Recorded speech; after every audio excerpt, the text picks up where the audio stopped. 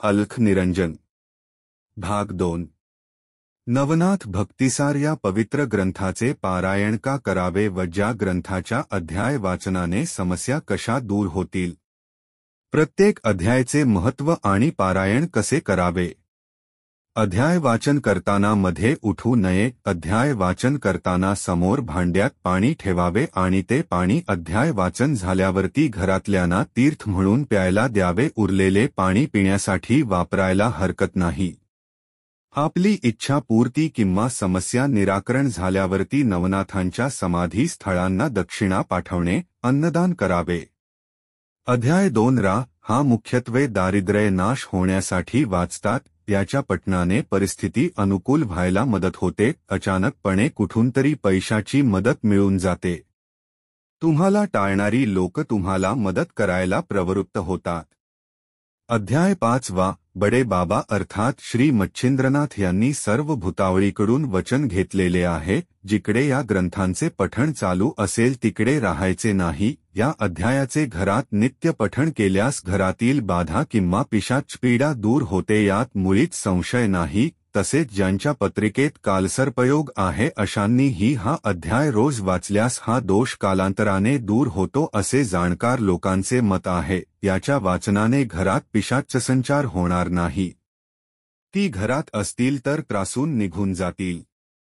अध्याय 10 आणि 22 याच्या पठणाने संतती प्राप्ती होण्यासाठी मदत होते। शरीरात जर का काही व्याधी असतील तर याच्या पठणाने शरीरात अनुकूल असे व्हायब्रेशन्स निर्माण होऊन व्याधी निवारण होण्यास मदत होते। डॉक्टरी उपाय करण्यासोबत हाही उपाय चालू ठेवावा।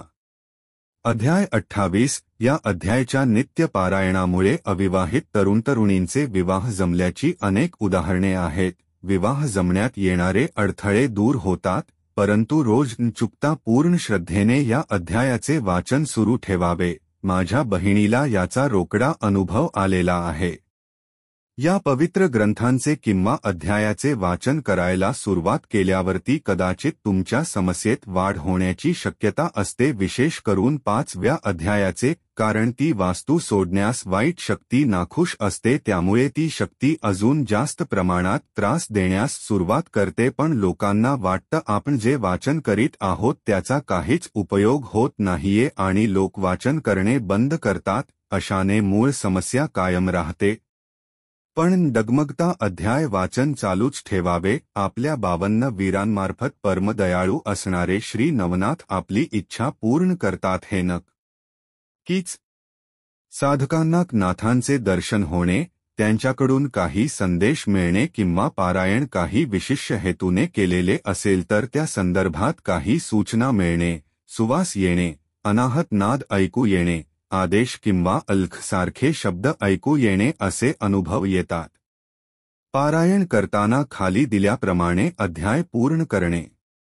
पहिल्या दिवशी 1 ते 6 अध्याय, दुसऱ्या दिवशी 7 ते 12 अध्याय, तिसऱ्या दिवशी 13 ते 18 अध्याय, चौथ्या दिवशी 19 ते 24 अध्याय, पाचव्या दिवशी 25 ते 30 अध्याय, सहाव्या दिवशी 31 ते 36 अध्याय, सातव्या दिवशी 37 ते 40 अध्याय।